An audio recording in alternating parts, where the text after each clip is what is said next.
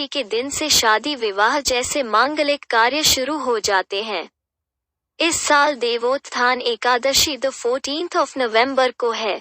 इस दिन से जिनकी शादी होने वाली होती है, उनकी शादी की रस्में शुरू हो जाती हैं। शादी में होने वाली रस्म, रीति रिवाज बड़े ही जोश के साथ लोग फॉलो करते हैं। लेकिन क्या आप जानते हैं कि शादी में होने वाली हर रस्म के पीछे एक मान्यता है? कभी आपने सोचा है, आखिर जूते क्यों चुराए जाते हैं, क्यों वरमाला पहनाई जाती है, क्यों हल्दी लगाई जाती है? इन सब का अपना एक अलग महत्व है। सोने चांदी के अलावा ये भी धातुएं हैं जिनको धनतेरस पर खरीदना मानते हैं शुभ। 2 हल्दी और उपटन के पीछे की मान्यता, दूल्हा दुल्हन की शादी की शुरुआत हल्दी के कार्यक्रम से होती है। हल्दी और उपटन जैसे कार्यक्रम के लिए सुहागन स्त्रियों को बुलाया जाता है। बहुत से लोग सोचते हैं कि हल्दी और उपटन लगाने से त्वचा में निखार आता है, इसलिए इस परंपरा को करते हैं। लेकिन इसके पीछे मान्यता है कि शादी में कई मेहमान आते हैं, उनमें से कईयों को इन्फेक्शन हो सकते हैं। वर वधू संक्रमण से प्रभावित ना हो, इसलिए उन्हें हल्दी और उपटन लगाया जाता है। इसकी वजह यह है कि हल्दी एंटीबायोटिक का काम करता है। 3 यह राज है मेहंदी का। सभी स्त्रियां कन्या को मेहंदी लगाती हैं। माना जाता है कि मेहंदी जितनी गहरी होती है, भविष्य में वैवाहिक जीवन उतना ही अच्छा होता है। एक और मान्यता यह है कि शादी के दौरान कई तरह का तनाव होता है, उस दौरान मेहंदी मानसिक शांति देती है। करवा चौथ पर राशि के अनुसार पहने इस रंग के कपड़े और ऐसे करें श्रृंगार। 4 सबसे पहले इन्होंने दिया था भात। दूल्हा व दुल्हन के मामा के घर से लोगों के लिए कुछ उपहार लाए जाते हैं, जिन्हें वो भेंट करते हैं।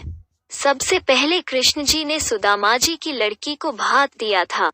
तभी से मामा पक्ष से शादी पर भात देने की प्रथा चली आ रही है।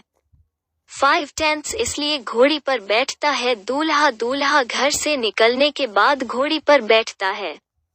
घोड़ी को सभी जानवरों में चंचल व कामुक माना जाता है, इसलिए वर को घोड़ी की पीठ पर बैठाकर बारात निकाली जाती है। मान्यता है कि वर इन दोनों बातों को स्वयं पर हावी ना होने दे, इसलिए उसे पीठ पर बैठाया जाता है। कब से लग रहा है कार्तिक का महीना? इस महीने क्या करें, क्या नहीं?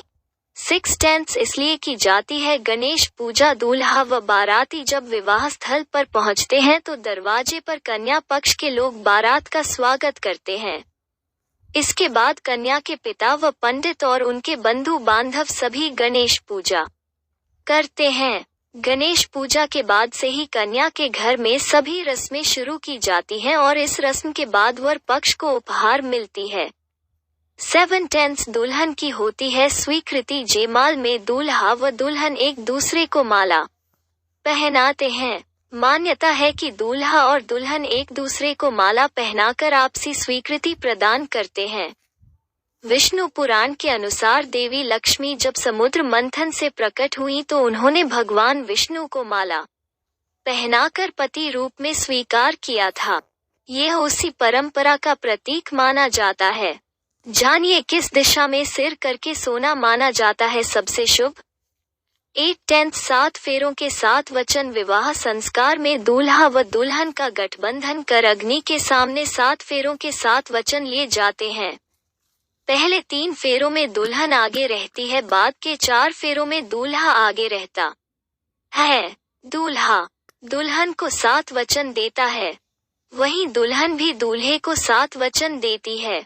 इसके बाद विवाह संस्कार का कार्यक्रम पूरा होता है।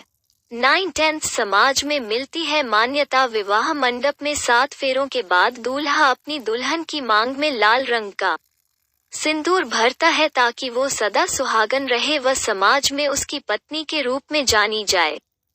सिंदूर लगाने की परंपरा के पीछे वैज्ञानिक कारण है कि जहां सिंदूर लगाते हैं ब्रह्मरंध्र होता है, जो सिंदूर लगाने से मन को नियंत्रित रखने में सहायक होता है। कार्तिक मास में तुलसी पूजा से जुड़े ये 5 टोटके पैसों से भर जाएगा आपका घर। 10 आउट ऑफ 10 खुशी के लिए है यह रस्म। दूल्हा जब विवाह मंडप में आता है तब जूता उतार कर आता है। उसी समय दुल्हन की छोटी बहन जूते छुपाकर रख देती है।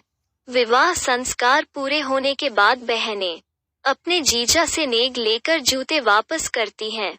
इस रस्म का कोई वैज्ञानिक कारण नहीं है, यह जीजा साली के मधुर और स्नेहपूर्ण संबंध और आनंद विनोद के लिए होता है। कहते हैं यह रिवाज रामायण काल से चल रहा है।